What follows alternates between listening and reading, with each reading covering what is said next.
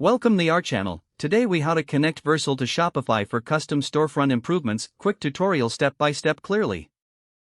Start by logging into your Vercel account. In a separate browser tab, log into your Shopify account. Ensure you have the Shopify admin open to access your store details.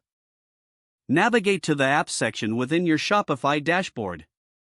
Click on the Manage Private Apps link at the bottom of the Apps page.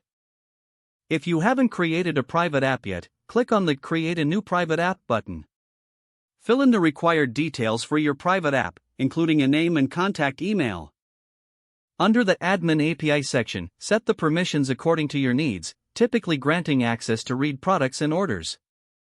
Once you've adjusted the permissions, click the Save button. Make note of the API key and password generated for your app. Now, switch back to your Vercel account. Create a new project by clicking on the New Project button. Select the Import from Git repository option. Connect your preferred Git provider to access your repository. Locate the repository that contains your custom storefront code. Once selected, click on the Import button. In the project settings, navigate to the environment, add environment variables for your Shopify API key and password. Label these variables clearly, such as Shopify_API_key and Shopify_API_password. Ensure you input the corresponding values from your Shopify private app. Click on the Save button to confirm the addition of environment variables. Next, deploy your project to Vercel by clicking the Deploy button.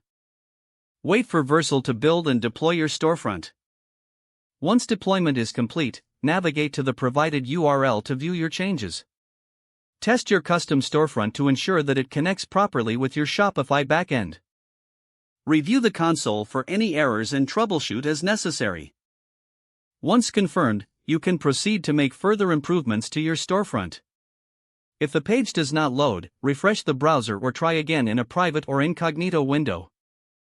Don't forget to like this video and subscribe to our channel for more step-by-step tech guides.